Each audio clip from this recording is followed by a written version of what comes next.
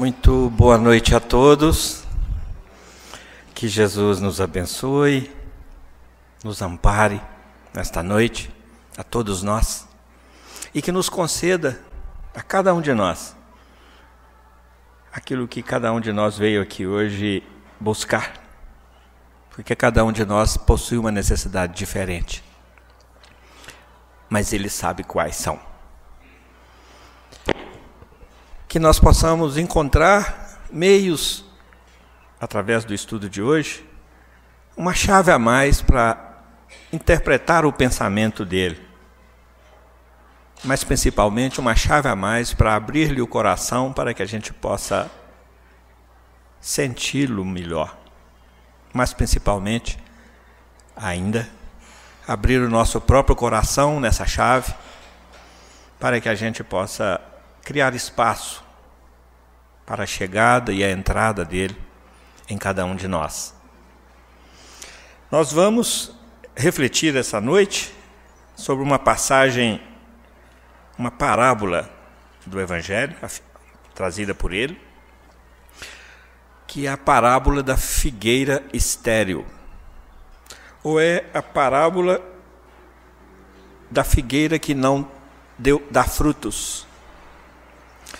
Ou também a parábola, são nomes diferentes que ela recebe aí através das culturas. Ou a parábola da figueira que secou, que Jesus condenou, que Jesus matou, que Jesus fez secar. É sobre isso que a gente quer conversar hoje. A gente às vezes costuma transferir para Jesus muitos valores e muitos pontos da nossa própria personalidade. E muitas vezes nós nos impressionamos muito mais com o mecanismo utilizado na parábola do que com o ensinamento real que ela quer nos traduzir, que ela quer nos trazer. E quando a gente fala na parábola que secou, que Jesus amaldiçoou, nós transferimos para Jesus alguns sentimentos nossos, de maldade, de vingança e etc.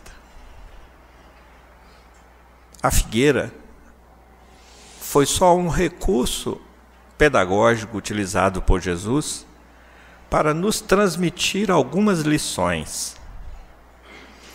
E para isso utilizou desse recurso, que era um componente, a figueira, um componente da cultura hebraica, da cultura daquele povo, e que ela é trabalhada e retratada por muitos ou todos os profetas.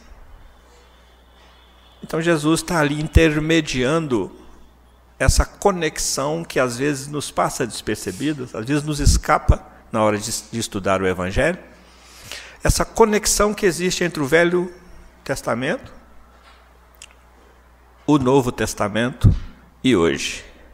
Ou seja, há uma conexão inseparável,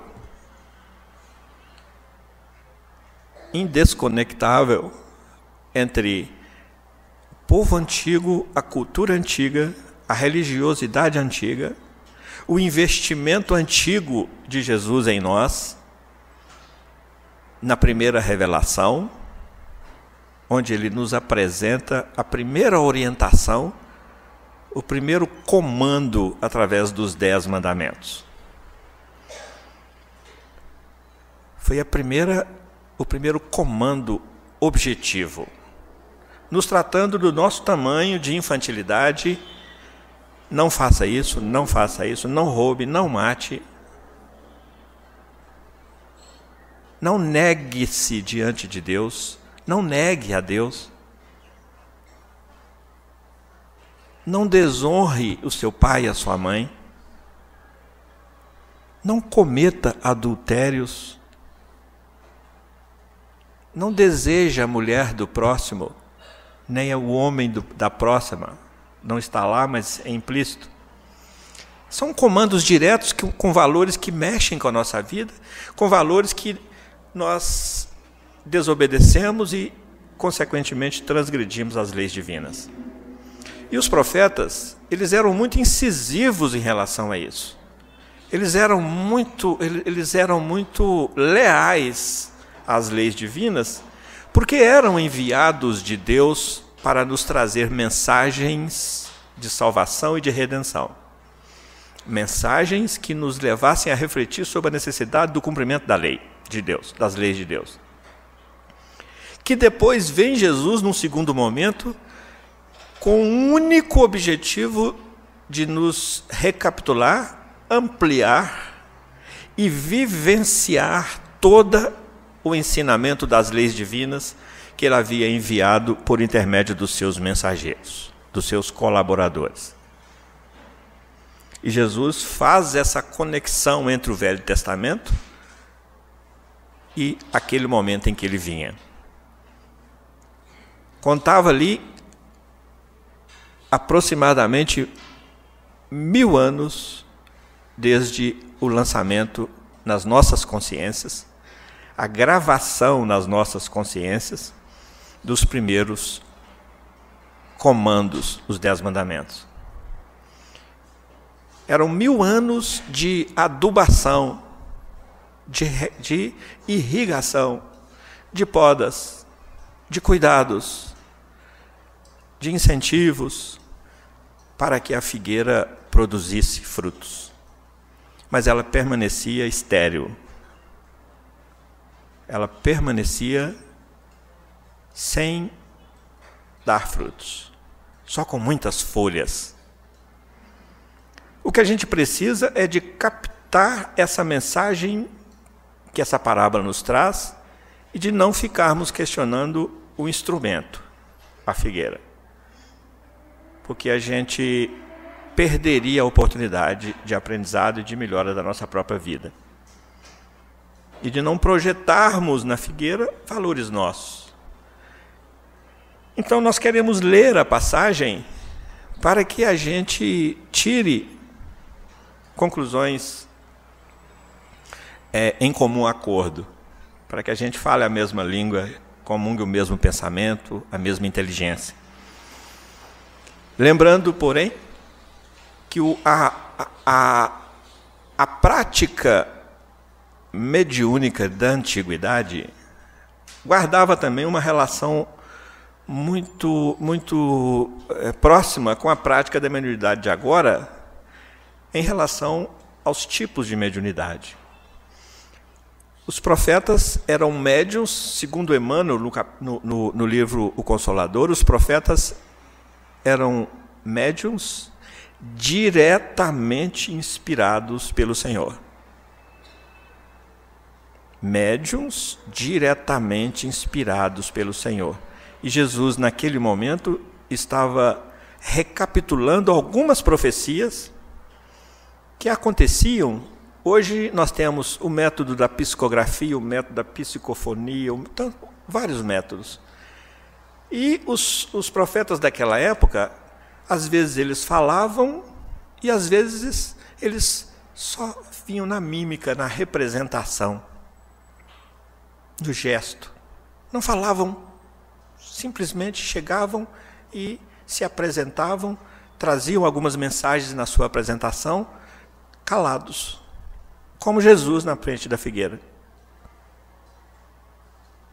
Tem várias passagens, em vários casos, que nós não devemos contar aqui, porque a gente utilizaria o tempo para isso, em detrimento de extrair da parábola o mesmo. Mas se a gente pegar os livros dos profetas, nós vamos ver que Isaías, numa determinada situação, ele é ordenado por Deus, segundo o que está escrito na Bíblia.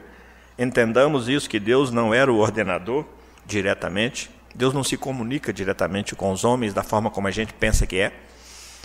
São colaboradores do Cristo e Ele mesmo, inspirando cada um, para que ele entrasse em Jerusalém completamente nu. Queria passar uma mensagem, então ele se despe, e aí pergunta: e a sandália, Senhor? A sandália também, tira tudo. E entra em Jerusalém. Imagina um profeta entrando numa cidade, naquele tempo, completamente despido. Ele enlouqueceu. Mas ele queria passar uma mensagem para o povo hebreu. Uma mensagem que o povo hebreu estava querendo guerrear, entrar numa guerra contra a Síria.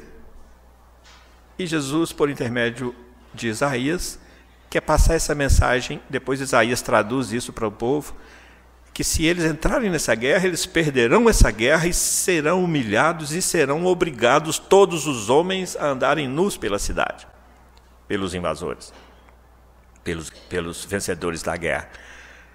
Ele não falou nada, ele simplesmente desfilou. Assim, várias outras passagens. O apóstolo Paulo se encontra diante de um apóstolo, de um profeta chamado Agabo. E ele se joga ao chão, se contorce, atira o cinto, amarra as mãos, amarra os pés e se contorce e fala nada. Olha para Paulo e Paulo logo entende: eu vou ser preso em Jerusalém. Então Jesus utiliza esse tipo de comportamento, essa metodologia, esse recurso pedagógico para, através de um evento, nos passar uma mensagem. A figueira estéril. Isso encontra-se no Evangelho de Marcos, no capítulo 11, versículo 12. E também no de Mateus, no capítulo 21, versículos 18 a 22. Há uma divergência entre os dois, porque na de Mateus, Jesus secou a figueira instantaneamente. Na de Marcos, aparece a descrição que eles só vão perceber essa atitude, o resultado dessa prática do Cristo, no dia seguinte. Questão temporal, que é uma hora ou um dia diante da eternidade. Não nos atenhamos ao evento. Busquemos extrair o espírito da letra. No dia seguinte, quando saíram de Betânia, teve fome, Jesus. E vendo de longe uma figueira com folhas, foi ver se nela, porventura, acharia alguma coisa. Aproximando-se dela, nada achou senão folhas. Porque não era tempo de figos. Então lhe disse Jesus: nunca, jamais coma alguém fruto de ti. E seus discípulos ouviram isso. E passando eles pela manhã, viram que a figueira secara desde a raiz. Nesse capítulo de Marcos, além desse evento, desse episódio da figueira que secou, tem também a purificação do templo. Acreditamos que todos conhecemos, mas vamos relembrar, é aquela passagem que Jesus entra no templo. Já havia a comercialização intensa naquela época dentro dos templos. Os fariseus e o clero daquela época era extremamente focado nessa parte materialista. E Jesus, e dentro do próprio templo havia já cambistas vendendo pombos, cambistas vendendo novilhos, ovelhas, para que se processasse o sacrifício dos animais para compensar os pecados nossos daquela época. Então Jesus, que chega em Jerusalém após o domingo de Ramos, onde ele é aclamado e etc. E ele vai fazer a purificação do templo. Antes acontece o evento da figueira. Quando ele chega no templo, de novo ele atua sem falar muito e agindo mais. Então a passagem fala que ele providencia um azorrague de 7 pontas, ou seja, um chicote de 7 pontas, e começa a expulsar os bichos e os animais e as pessoas também dali, e começa a derrubar as mesas dos cambistas. E a gente logo imagina aquele Jesus anarquista, aquele Jesus violento, reacionário. e não tira o espírito da letra. O que ele estava querendo dizer com aquela representação simbólica para todos nós, para que ecoasse em nossas consciências, na nossa religiosidade, nos tempos de hoje, inclusive. Porque ele sabe que nós somos espíritos imortais. E toda a mensagem que o Cristo investe em nós, ele tem investido em nós desde o momento em que nós fomos colocados sob a sua tutela, como nosso modelo e como nosso guia. No primeiro momento, nos enviando tantos mensageiros e anunciando que ele próprio oportunamente viria. Todos os profetas o anunciaram, praticamente todos. O último foi Malaquias, no último livro dos profetas. É por isso que depois os discípulos perguntam para Jesus: não diz as Escrituras que Elias havia de vir primeiro? Quando vai falar para nós da reencarnação de Elias como João Batista. Por que os discípulos perguntam? Porque os 5 últimos versículos do Velho Testamento anunciavam a vinda de Jesus, mas antes a vinda de Elias como precursor dele. Elias vem como João Batista. Isso está explícito no Evangelho. É preciso só da gente, não precisa nem de ter olhos de ver e nem ouvidos de ouvir, porque está tão explícito. Então Jesus lhes falara que lhes falava, lhes ensinava, lhes revelava que João Batista era o Elias que havia de vir. Estamos ainda nos reportando a isso para a gente ir entendendo essa simbologia da figueira. A gente precisa de ir tirando o espírito da letra, a iniciar por teve fome. Jesus saiu de Betânia. Betânia morava Lázaro, Marta e Maria. E Jesus era amicíssimo deles. Tão amigo que Maria e Marta, que eram 2 irmãs de Lázaro, tinham uma afeição profunda por ele. Eram seguidoras dele onde ele ia. E principalmente Marta era extremamente preocupada com os afazeres da casa e com o sustento. Tanto é que, em certa ocasião, Marta chega para Jesus e fala assim: Senhor, não é justo que eu fique aqui tomando conta de tudo e com todos os afazeres, enquanto ela, Maria, sua irmã, fica aí aos teus pés? Aí Jesus fala para ela assim: Marta, Marta, estás ansiosa, preocupada com muitas coisas, e só uma é necessária. E Maria escolheu a melhor parte, da qual não será tirada. Ensinando para nós que os nossos afazeres muitas vezes nos distorcem o entendimento, as atenções, roubam a canalização de todas as nossas energias, porque muitas vezes nós esquecemos que nós somos espíritos e que estamos aqui de passagem, e pensamos muitas vezes que nós temos um espírito. Entre ser e ter há uma diferença enorme.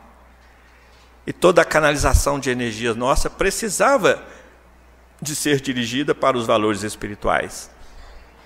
Mas a gente anda ainda esquecido, muitas vezes, descuidados, ou ainda não caímos em nós mesmos.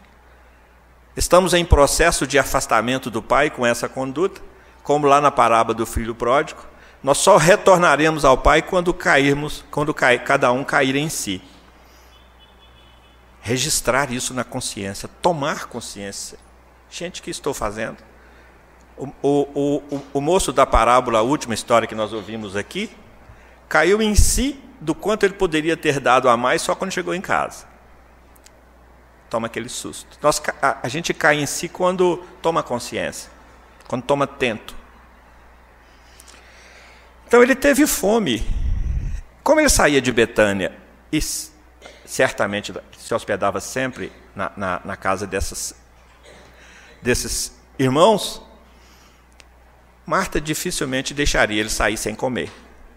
Estamos falando isso para a gente já ir extraindo daí qual é a natureza da fome que Jesus tinha.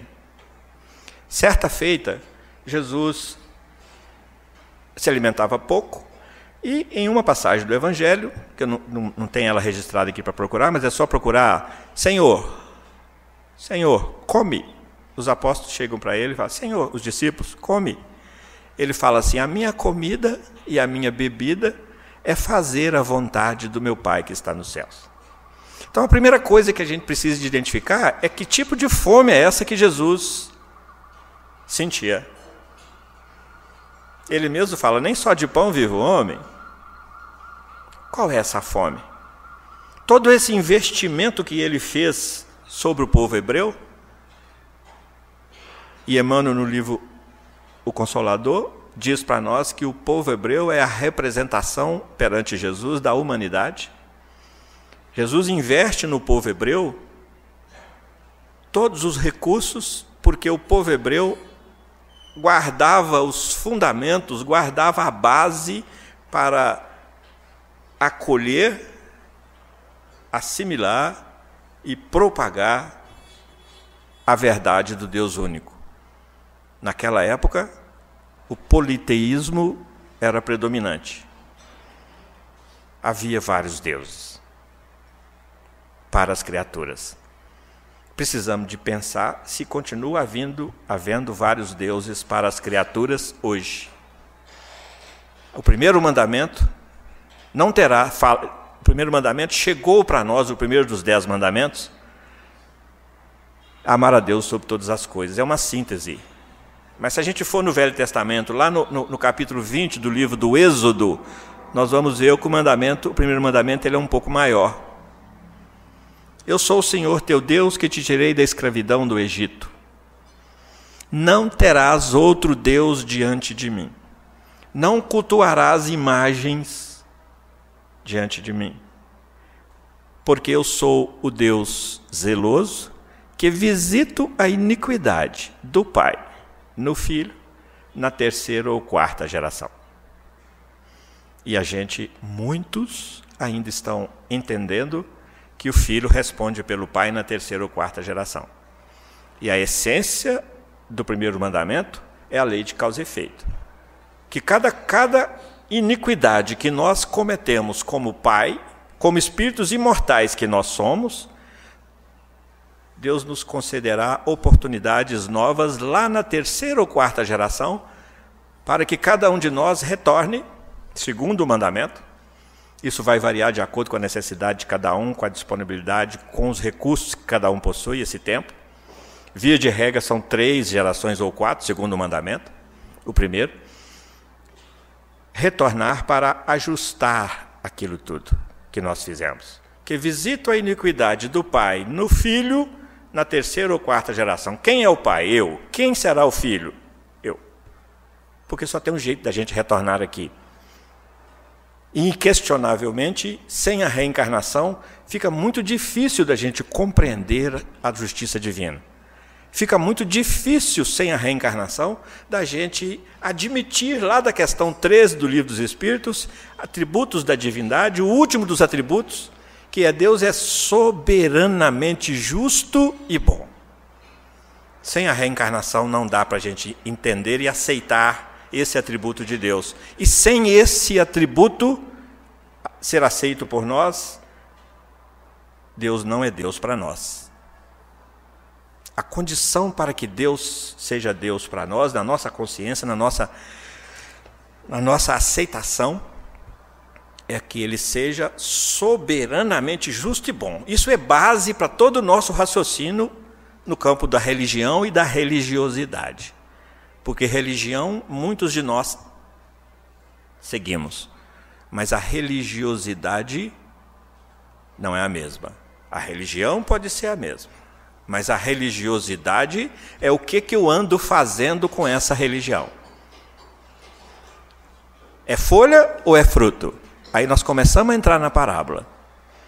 Jesus, naquele momento, chamava cada um de nós, naquele momento e para toda a eternidade, para que nós fizéssemos essa avaliação para conosco.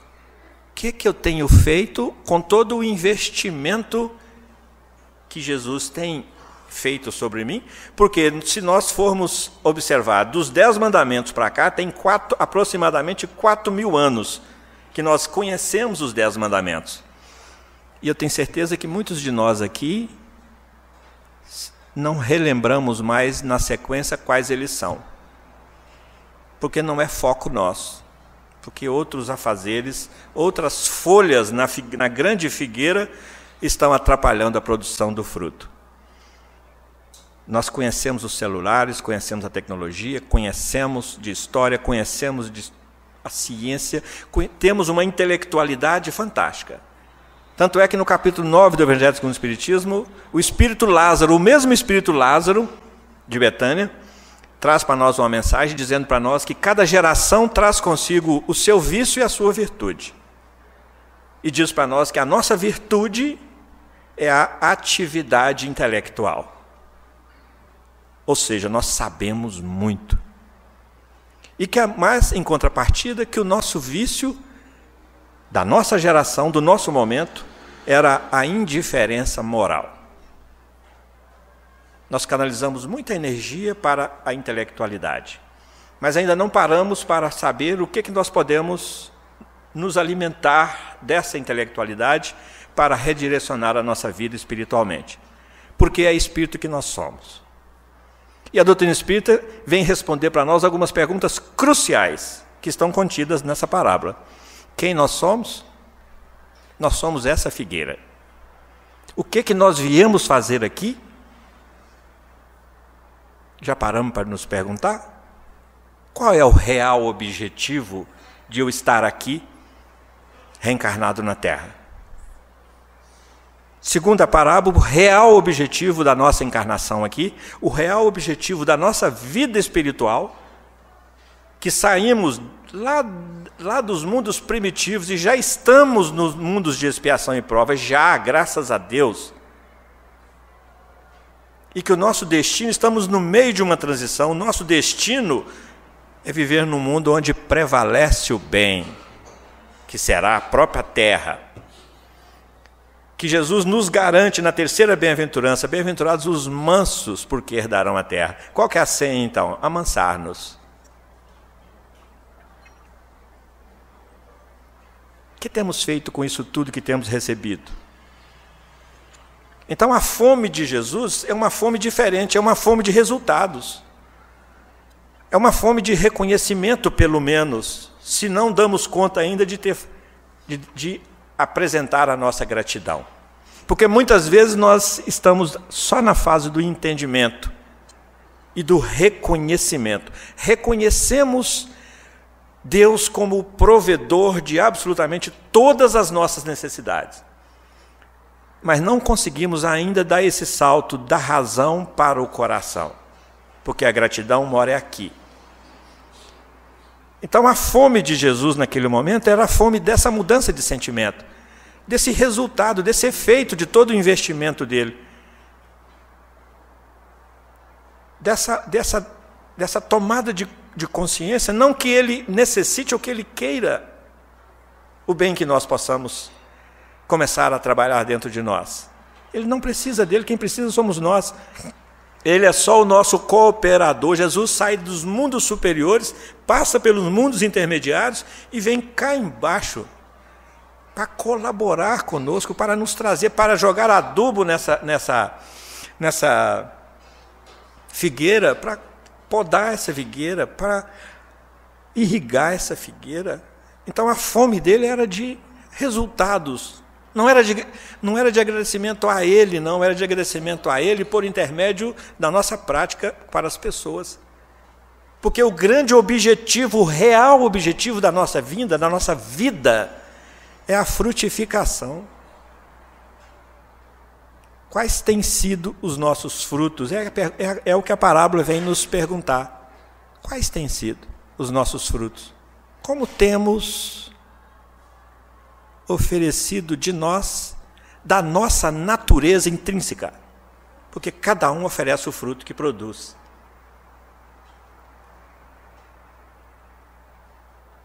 O fruto possui a semente, o fruto transporta as sementes. O fruto alimenta e reproduz em outros corações.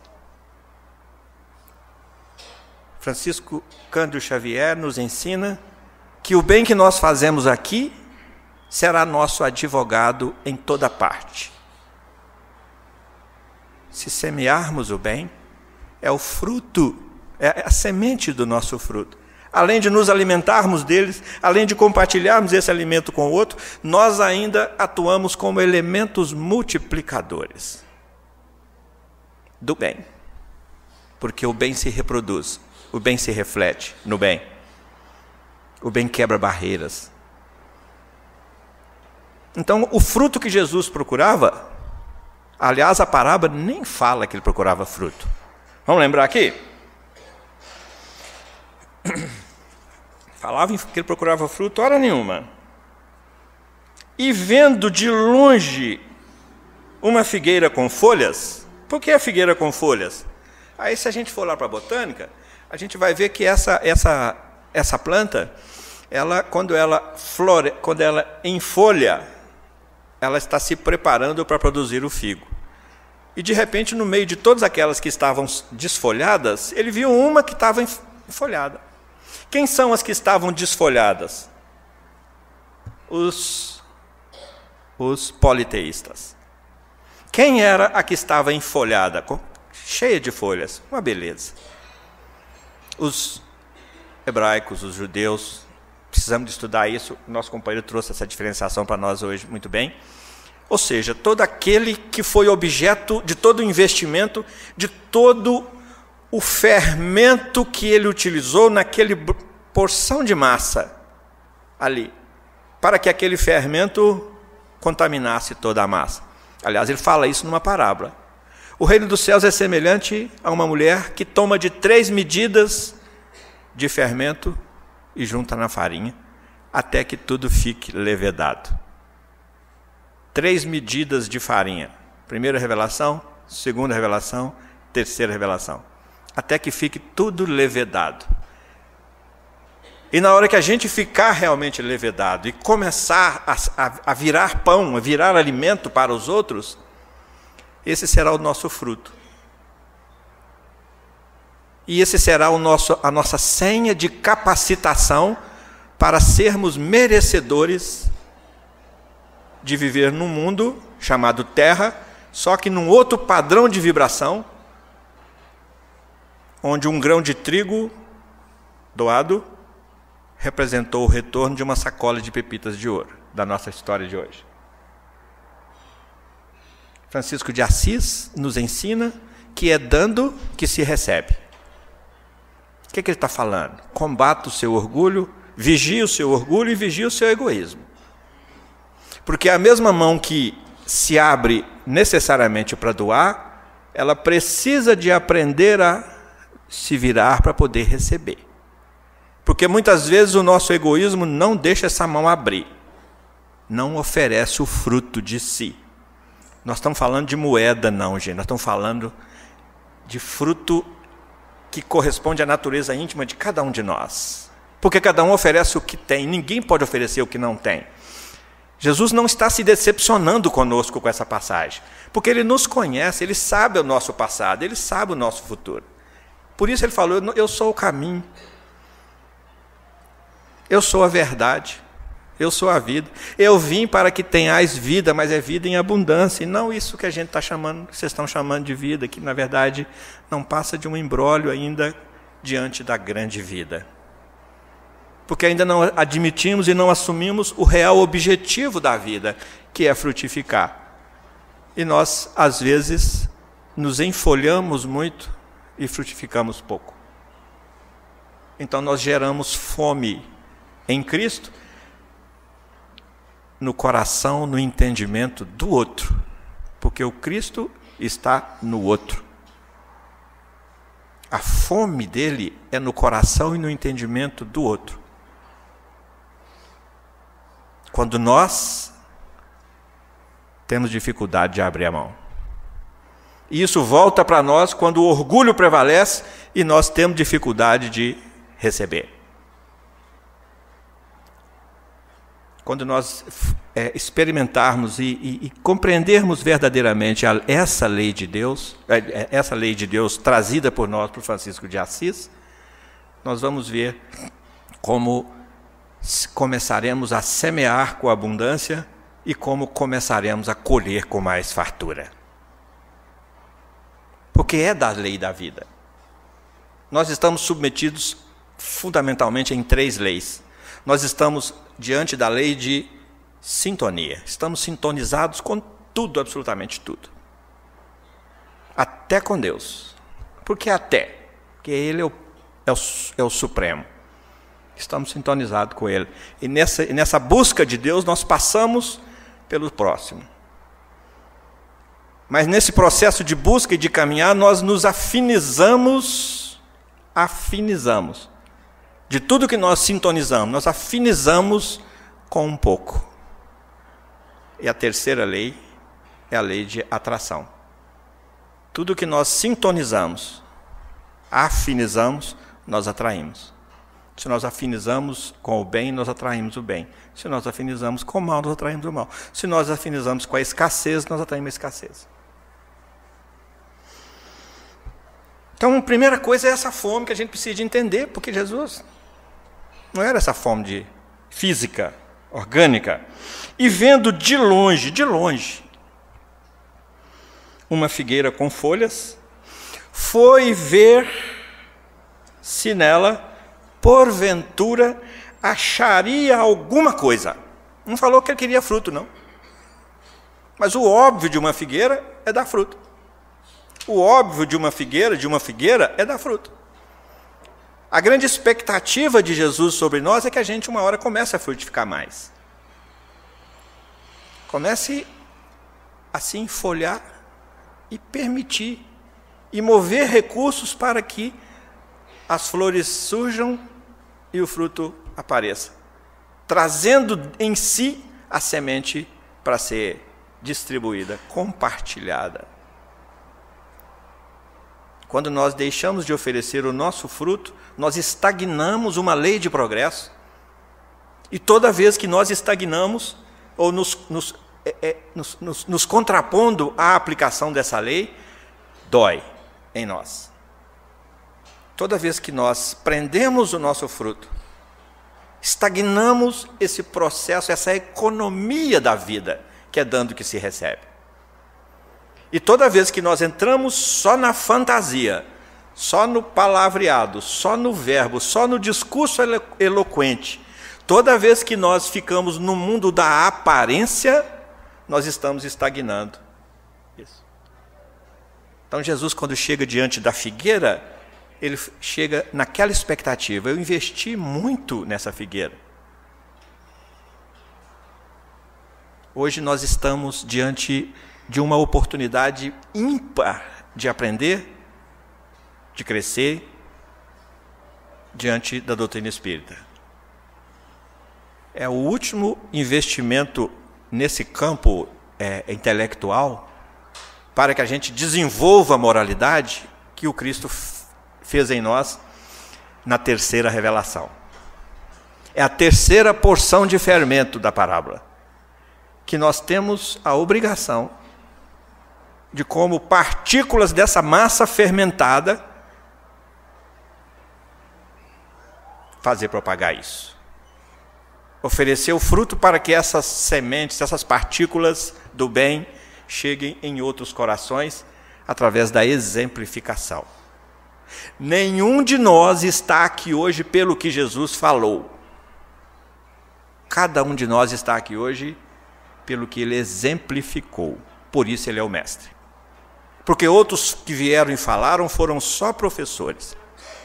Ele é o mestre porque é o nosso modelo e o nosso guia. E nós estamos tendo essa oportunidade ímpar hoje, e de novo nós estamos deixando o cavalo passar arriado na frente da nossa porta. Se a gente bobear. Isso não é acusação, isso é constatação. Pelo que eu tenho feito, por exemplo, com o conceito real de imortalidade que o Espiritismo nos traz? Porque as religiões trazem a imortalidade, mas a partir daqui, você nasceu aqui e será imortal. não acredita e não aceita na pré-existência da alma. Aí Deus vira um desconcerto na nossa inteligência. E a nossa fé oscila e balança. Já reparamos como é que a nossa fé oscila? Tem hora que ela está lá em cima. Acontece alguma coisa que nos desagrada, ela cai, e às vezes ela cai tanto que a gente tem vontade de desistir de viver. E pratica o auto-extermínio. Então é preciso que a gente entenda isso. O Evangelho segundo o Espiritismo traz para nós, lá no capítulo A Fé Transporta a Montanha, traz para nós que a fé necessita de uma base, fundação, base.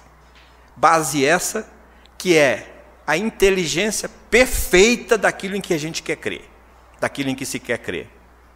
Quem é que nós queremos crer? Em quem?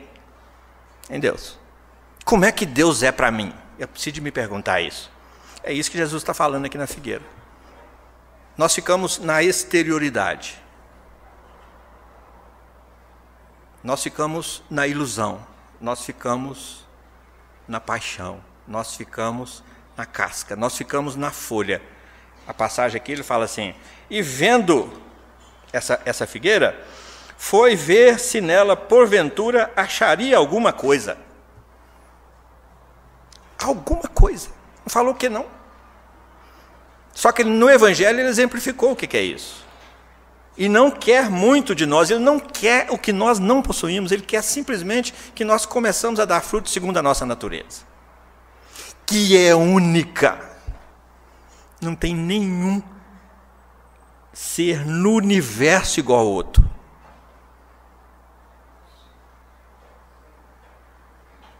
Se é único, é diferente. Se é diferente, a partir do momento que eu reconheço essa diferença, eu perco o direito de querer que o outro seja do jeito que eu gostaria que ele fosse. Eu perco o direito de querer que o outro faça do jeito que eu gostaria, porque o outro é o outro e ele é diferente de mim. E ele é livre, e ele é responsável, e ele é perfectível. O que é isso? Ele está sob a égide da lei de progresso o tempo todo. Então Jesus não queimou a figueira por vingança, por descrédito. Não queimou a figueira como nós imaginamos que queimou. Porque ele é o Senhor dos fluidos, ele é um construtor de mundos. Fluidificar dentro dos conhecimentos da botânica uma planta, para ele que programou esse mundo para nós. Será que uma figueira é só assim? Só de falar assim, queimou. Precisa de muito. Então a gente fica preso na figueira. Mas a essência de tudo é o que Jesus quis trazer para nós disso. Tome cuidado com a folhagem, com o que reverte, que é filho do orgulho e do egoísmo.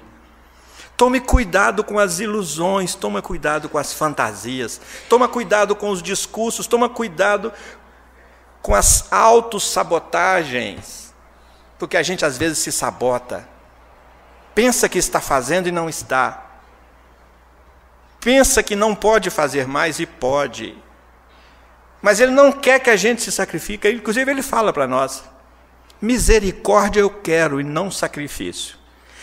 Nessa passagem ele está relatando uma passagem do profeta Oséias, que está nos ensinando que quando nós doamos sentindo-se sacrificado, não tem efeito.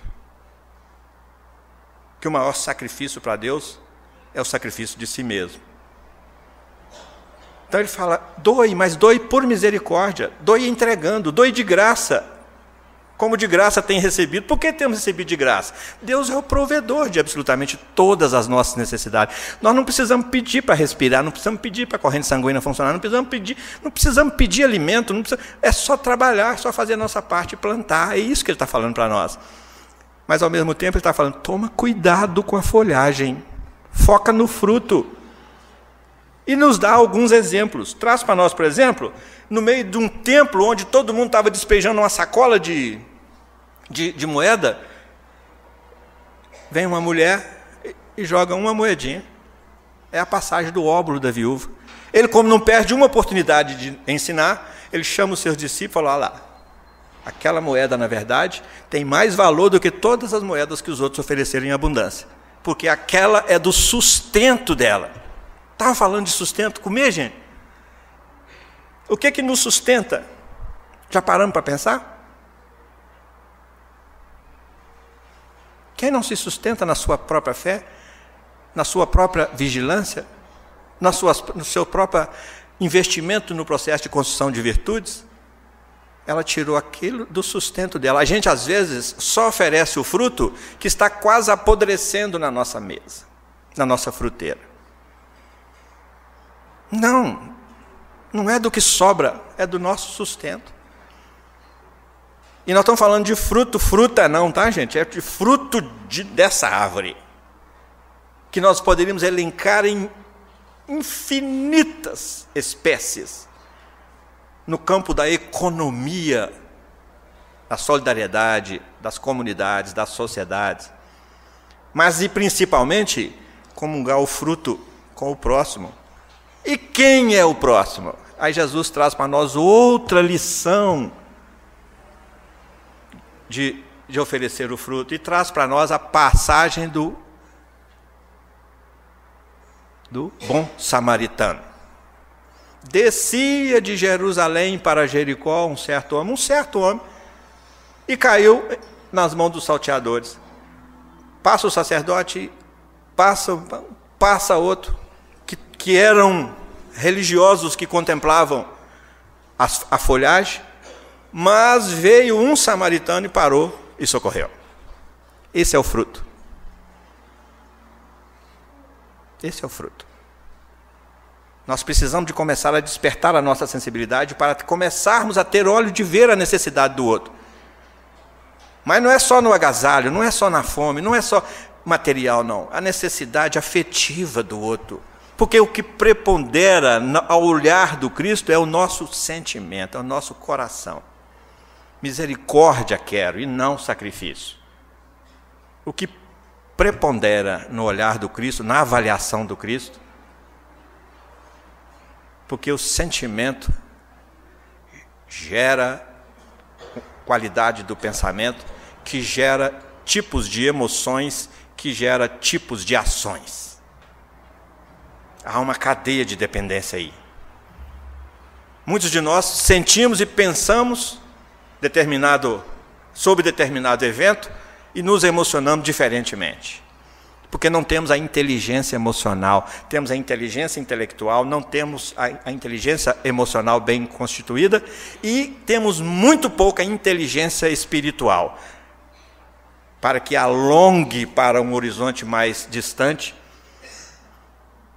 o que a gente está contemplando tão de pertinho aqui no campo só material. Inteligência, gente, quer dizer sinônimo, é compreensão. Se nós olharmos um evento com o olhar da matéria, nós teremos uma análise e uma emoção em nós. Se nós olharmos com o olhar espiritual, as coisas vão se ressignificando na nossa frente. E nós vamos nos ressignificando em comportamento também, porque ninguém consegue continuar fazendo as mesmas coisas ao entrar nele a verdade. Por isso ele fala, conhecereis a verdade vos libertará. Pode até continuar fazendo as mesmas coisas, mas não com a mesma tranquilidade de consciência. Por isso Albert Einstein nos fala, que nenhuma cabeça permanece do mesmo tamanho ao entrar nela uma nova ideia. O que nós estamos fazendo com o Pentateuco espírita? O que nós fizemos com o Pentateuco mosaico, os 5 livros de Moisés? O que nós fizemos, como é que nós temos nos portado diante do Pentateuco do Cristo? Mateus, Marcos, Lucas, João, Atos dos Apóstolos. Então nós somos orientados já por intermédio de 3 Pentateucos. O que nós temos feito com os 15 princípios fundamentais, que são chaves que abrem a compreensão do Evangelho, que abrem a porta de compreensão do pensamento e do coração do Cristo? Sem os 15 princípios fundamentais, mas eu não sei nem o que é isso, então vamos procurar saber, porque sem eles nós não compreendemos doutrina espírita, sem eles nós não compreendemos vida. Deus, Jesus, Espírito, Perispírito, lei de causa e efeito, imortalidade da alma, reencarnação, plano espiritual e por aí vai. A ação dos Espíritos na natureza, na nossa vida, influência dos Espíritos na nossa vida, a ação dos Espíritos na natureza, para a gente entender esse processo cooperativo entre os mundos. Se nós tínhamos que passar pela pandemia, e Jesus sabia disso, porque cansou de nos chamar a uma reflexão por outros métodos, mas só pelo aperto, pela dor. Cooperativamente ele já faz encarnar outros espíritos de outros mundos aqui na Terra, para assim que chegasse a pandemia, a gente tomasse o susto, mas fosse socorrido. Imediatamente desenvolveu-se a vacina. O que o ingrato fez? Não vou tomar essa vacina não, porque ela foi feita muito rapidamente. Hoje, as estatísticas médicas nos informam, os órgãos da saúde, que quem está contraindo Covid hoje, a esmagadora maioria, é de quem não se vacinou. Isso é segurar o fruto. Não distribuir com ninguém. E ainda falar, não pega não que está amargo, não pega não que mata. Por falar em matar, eu quero fechar, nós queremos fechar aqui a nossa reflexão de hoje. Tem coisa para a gente conversar aqui o resto da vida, em 2 páginas, gente. Nesse processo de aferição de Jesus, ele foi lá para ver se encontrava alguma coisa. Jesus faz essa aferição em muitos momentos. Tem hora que ele fala, quem dizem os homens ser o filho do homem? Ele está fazendo uma aferição da missão dele ali. Quando ele vem ensinar para nós no Evangelho, aquela passagem que nós admitimos como sendo o juízo final, ele fala assim, vinde, benditos de meu Pai, para a minha direita. Vinde, malditos para a minha esquerda. Aferição de valores. Onde estão os benditos de meu Pai e os malditos de meu Pai? Dentro de cada um de nós. Valores. Por que os da direita? Porque eu tive fome e me alimentaste. Olha o fruto. Eu tive sede e me deste de beber. Olha o fruto. Eu estava nu e me vestiste. Eu estava preso e foste me visitar. Eu estava doente e foste me socorrer. Isso é o fruto. É para a gente fazer uma avaliação. O que nós estamos fazendo com os nossos amigos? O que as casas espíritas estão fazendo com os frequentadores velhos que não podem mais vir aqui? Estão abandonados? Isolados? Há uma política de acompanhamento desses frequentadores da casa espírita que não podem vir mais? Estou falando do Gracos, não. Estou falando das casas espíritas, do movimento espírita. Porque a gente fica velho, adoece, fica em casa sozinho. Esquecem de nós. O que nós temos feito com o nosso pai e nossa mãe? Honrai pai e mãe. É para chamar. Por que nós nos faremos merecedor de ficar à direita? Por isso. Para finalizar, eu queria deixar uma historinha. Aliás, uma historinha não, uma constatação.